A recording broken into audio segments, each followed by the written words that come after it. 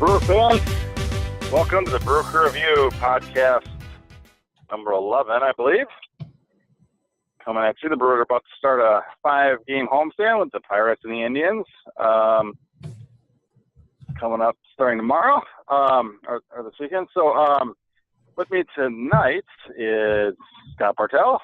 Hey, Scott. Hey. Vince. Hey, guys.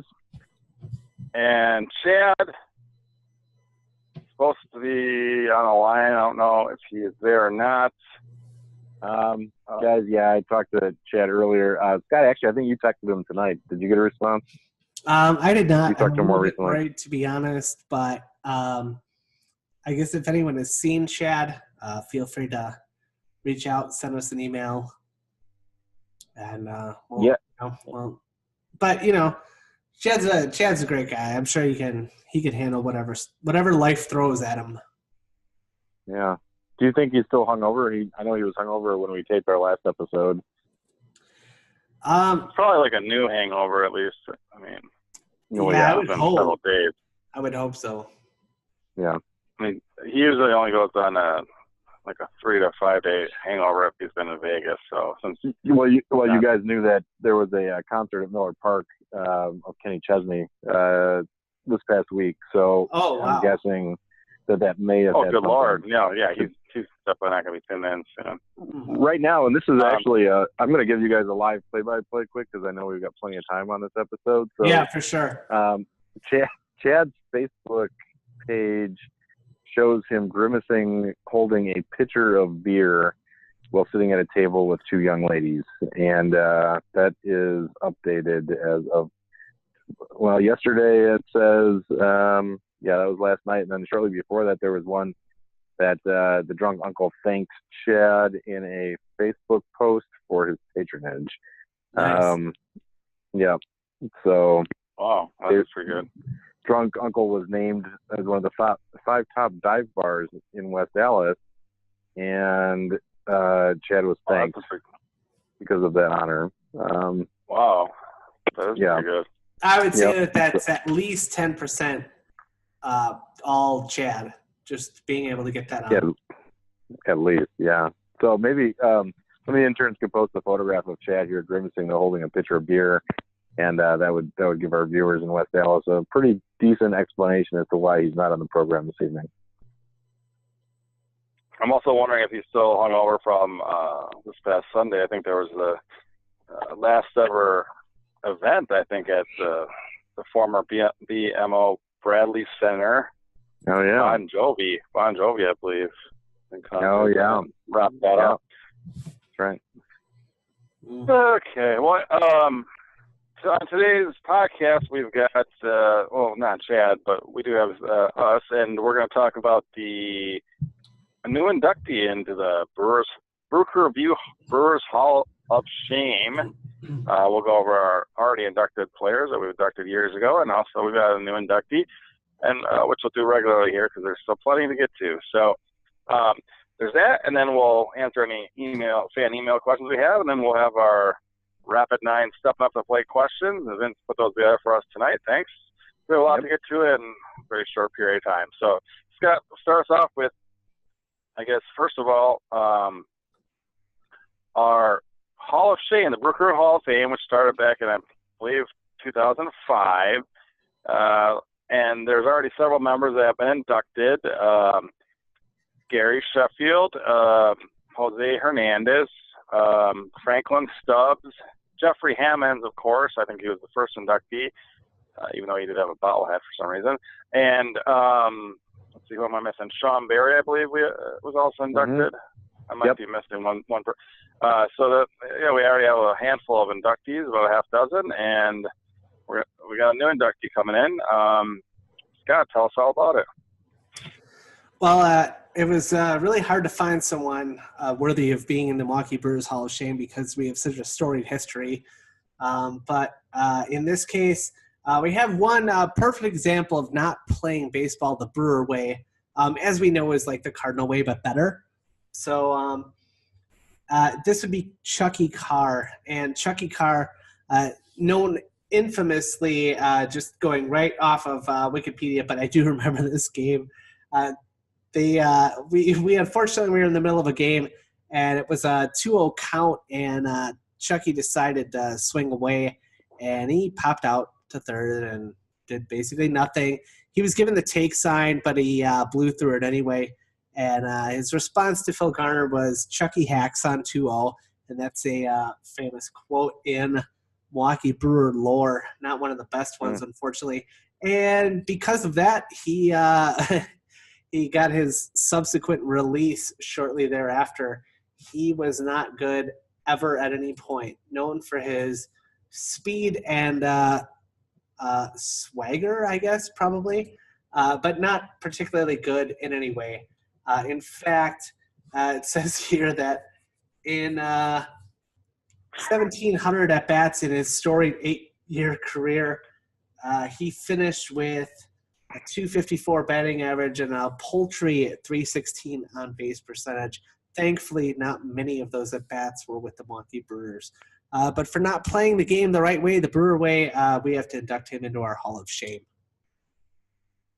That's a good assessment, Scott. I'll also quickly add, looking at over his stats here, in 1997 with the Brewers, he started off the year with the team, played in only 26 games, but he had a 130 batting average and a 184 ABP. But we all know that his real game was speed, and he had a grand total of 1 stolen base in 1997. So Chucky may have not wanted to hack quite as much on 2-0. Yeah, it's hard to use that speed when you don't get on base. Yeah, a total of 4 home runs as a Brewer. No, I take that back. A total of 1 home run as a Brewer. Yeah, it doesn't look good for our heroes.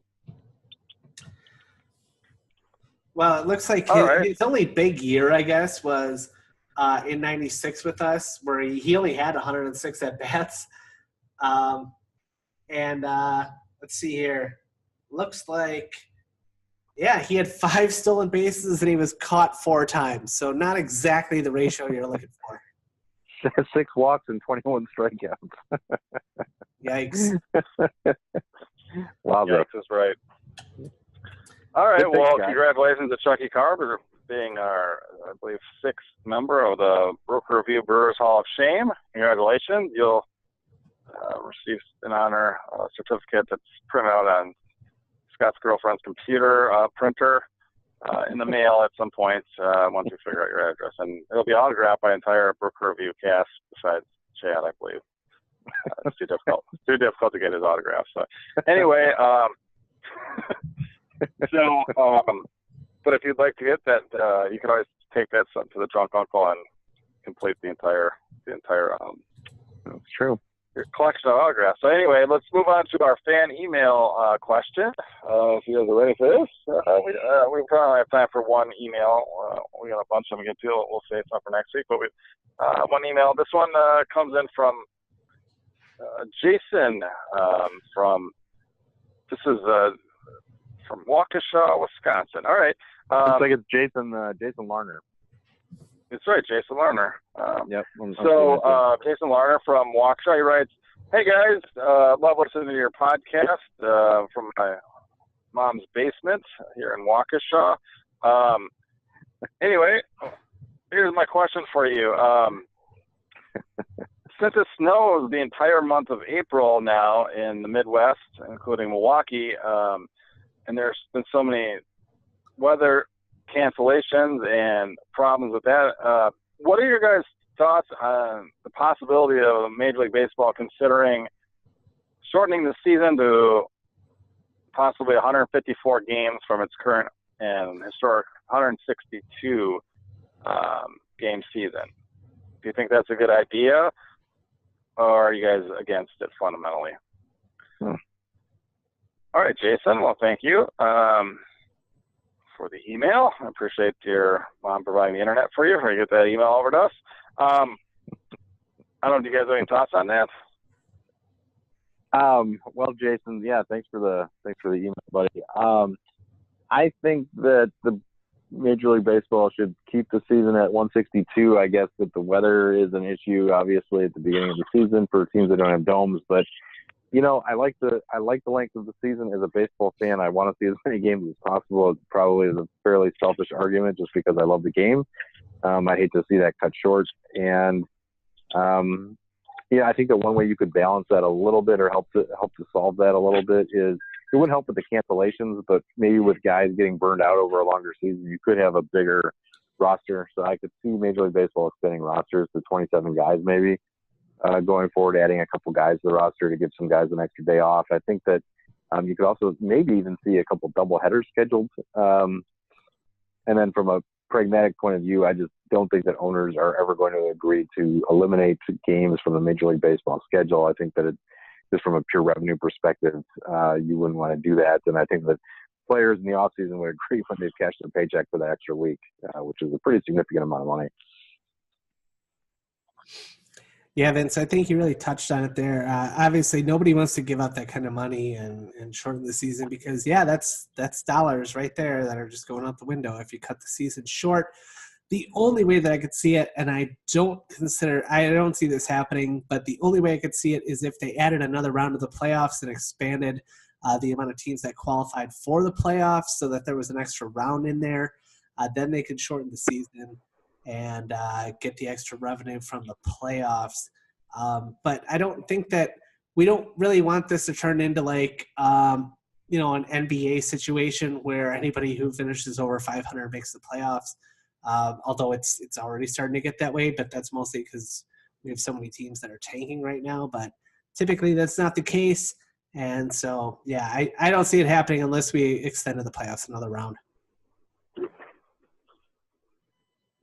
Yeah, I don't want them to probably extend the playoffs another round, or even my thoughts on the wild card game. They just keep it at one game, and I'm obviously for adding the second wild card like they've done. That's been great. Keeps teams like the Brewers and their fans and excited about baseball for several more months of the summer because of it. To answer Jason's question, I also agree with both of you guys that I would like to keep it 162 games. Not so much for revenue and money purposes, even though that probably is the main factor, but even just, for statistical reasons to keep it, in line with historic stats that are full seasons. Now, granted, there used to be a 154 game season back, I believe, prior to the 1950s, I believe, that they only played 154 game season. A lot, even Babe Ruth's historic 60 home run season was, I think, done in 154 games, because there were some arguments, when Hank Aaron even passed some that it wasn't fair or something.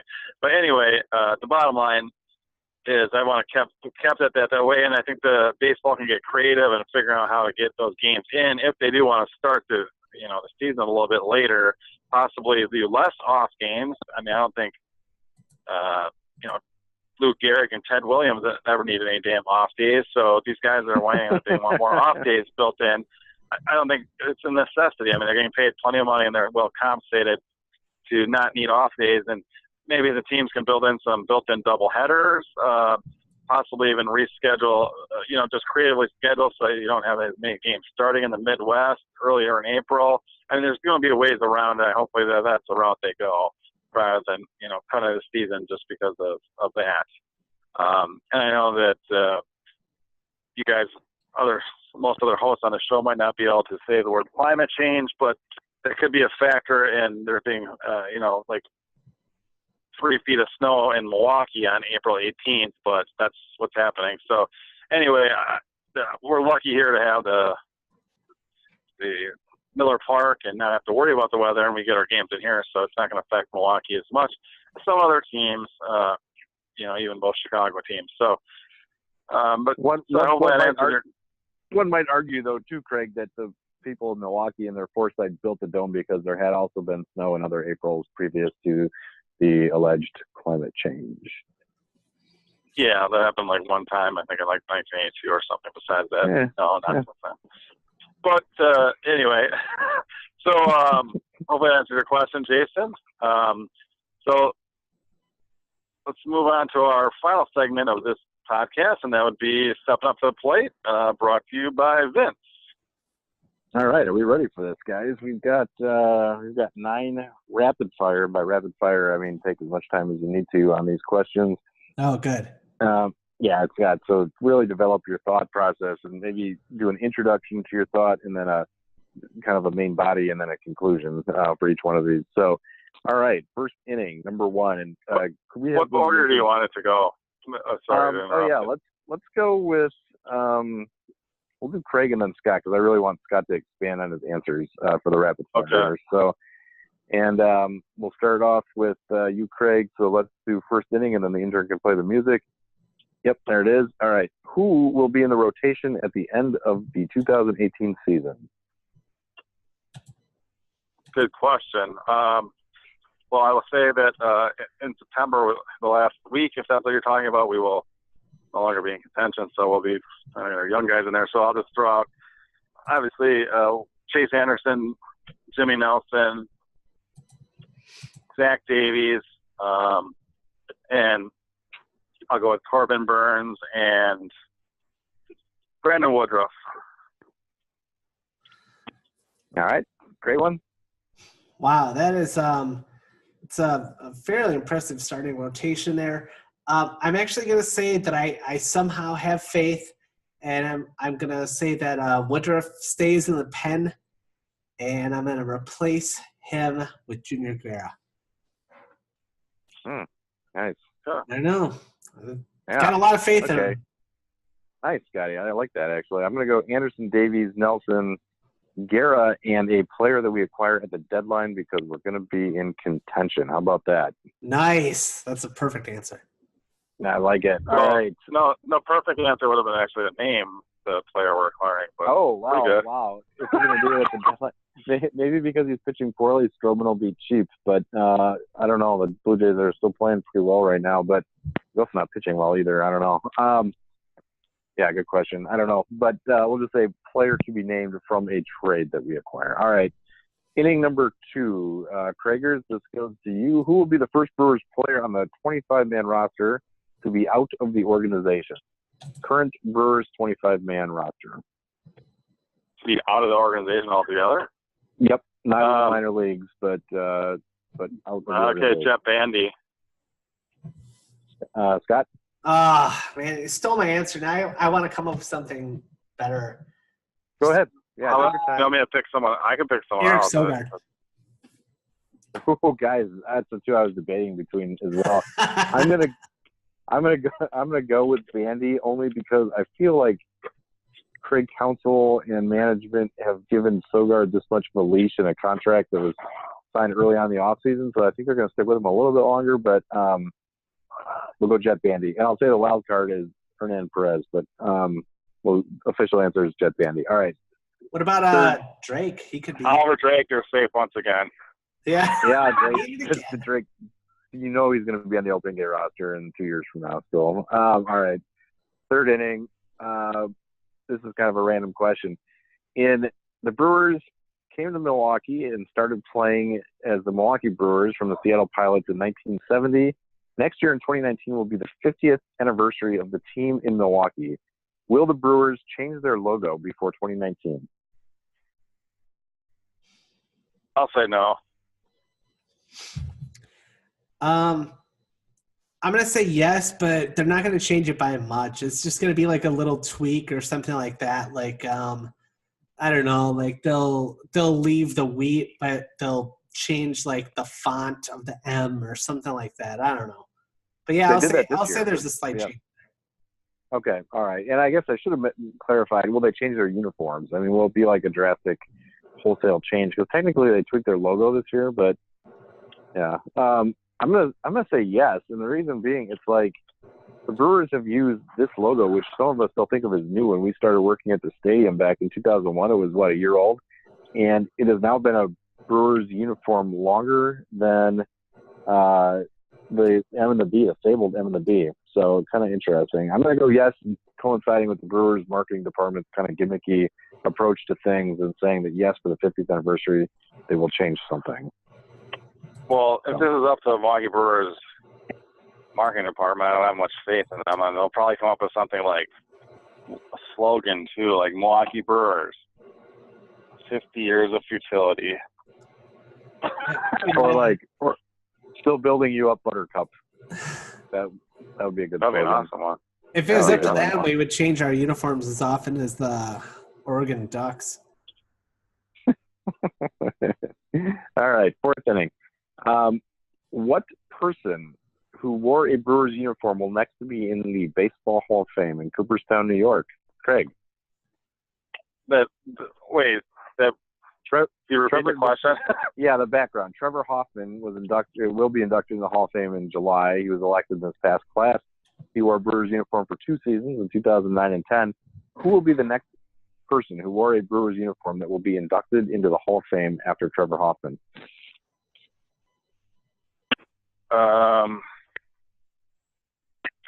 Good question.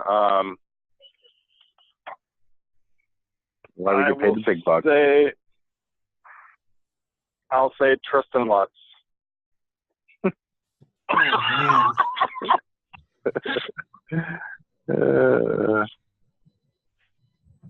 Is that your real answer? Or is that... I mean, between him and Eric Gagne. Okay, all right. Scott? Okay, well, all right. To be honest, the spirit of the question implies that obviously the person isn't a Brewer anymore, but he had a storied career. I can't think of anyone off the top of my head that's like that. So instead, I'm going to say that this is a former Brewer that maybe got a little bit gypped out of the Hall of Fame. I'm going to go with Ted Simmons. Oh, that's a great pick, Scott. That was my pick. Wow. Really a great pick.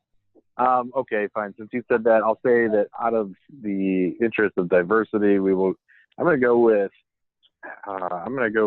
Jim Edmonds, I guess, because that's not a good pick.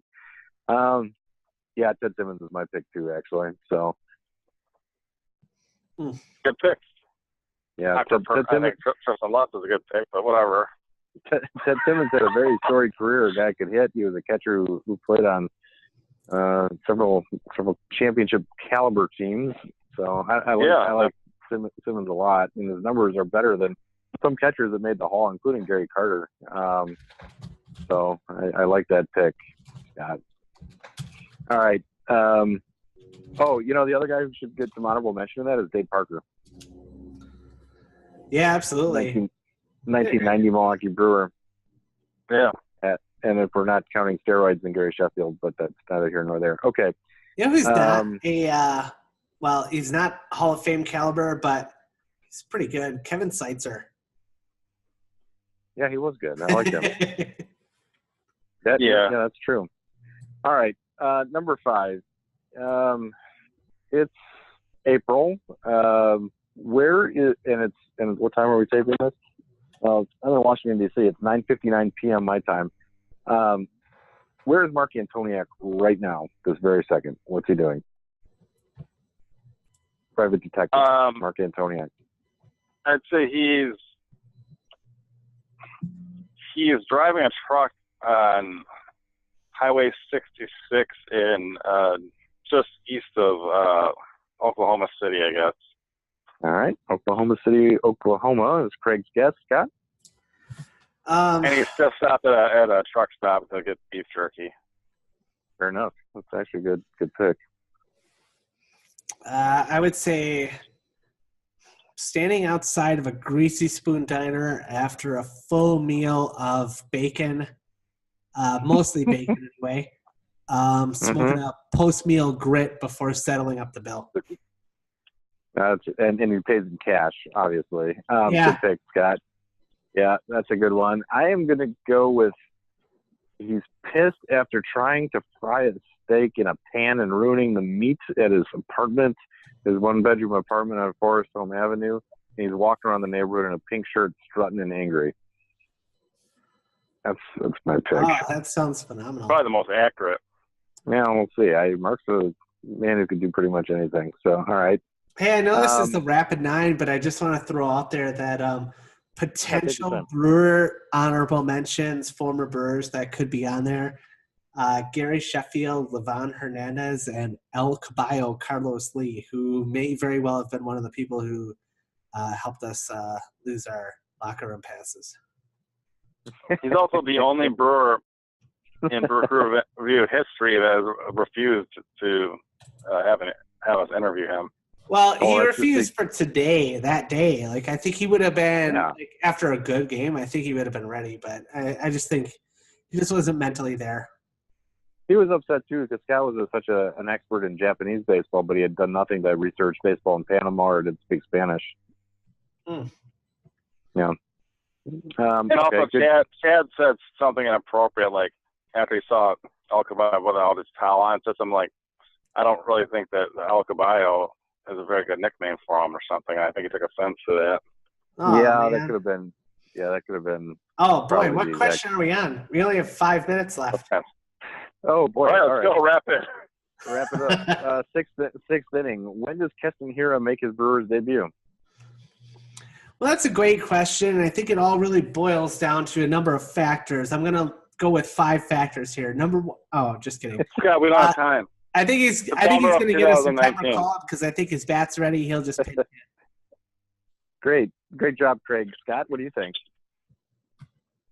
I said a September call up. I know. You just went out of turn. That's all. Whoops. Sorry, Craig. I was just trying to make you feel bad on the air. Yeah. Hurry up. It was Craig's turn. Yeah. Sorry, I'll Craig. just change my answer to April. March. Or no, it's not March.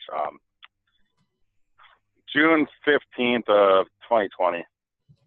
All right. I'll go September as well. I think we'll see him. His bat's ready. All right. 7th inning. What will the Brewers' attendance be at the end of the season? Craig. 2.6 million. Okay. Scotty? 2.2 million. Yeah, I'm going to go 2.8. I'm feeling kind of optimistic. All right. 8th inning. How many wins will Wade Miley get as a Milwaukee Brewer? Craig, I know you love Wade Miley. What do you think? I think he'll win 22 games this year. 22 games. All right. Okay. I guess if we go down to a 2-man rotation, Scott? and he'll have 30 losses. You know what? I'll say 4. 4, okay. Our anonymous source, Tom Carter, said that he thinks that he'll get Carter. 7. Oh, yeah, that's right. We can't say Tom Carter's name on the air. Just say TC. That way we don't have to. TC, T. Carter, Tom C. Not Tom Carter's name. Got it. Okay. Too, but it's a little specific. Win some, you lose some. He's fine. He's an anonymous source. He works in the Brewers ticket office. But anyways, yeah, I think I'm going to go with 2, and then he'll be out of the rotation. All right. 9th inning. When will Mr. Chad Collins make his debut on a Brew Crew Review podcast? Craig. I'd say probably just the last Brew Crew Review podcast, which is probably like number 13. We're telling you about all this equipment. We'll tell him it's the last one, so you'll be on it. All right. Scott? Well, I think he's going to be pretty busy actually for most of the summer, even though he's a teacher. But things tend to slow down, once he has to actually like work and teach kids. So I'm going to say probably the week after Labor Day when he has to like focus on his job. Yeah, that's a great pick. I'm going to say when the Brewers are looking at their final week of the homestand in September, and they're playing Detroit that final weekend. That's my projection. Yeah, right. unless he's going to Vegas that weekend. So, anyways, there's your Rapid 9, West Dallas. Hope you guys enjoyed. Wow, that's awesome. We made it with 2 minutes to spare, guys. We're doing great. Oh, what do you guys want to talk about now? All right. Well, you got any food that you can recommend to our viewers, Scott? Maybe ballpark food, or Vince, since you have some ballpark recommendations for Nationals Park or something? Yeah, you know what? We went to another game. I've actually been out to 3 games already this season at Nationals Park. We went yesterday when the Nationals took on and lost to the Diamondbacks in 10 innings.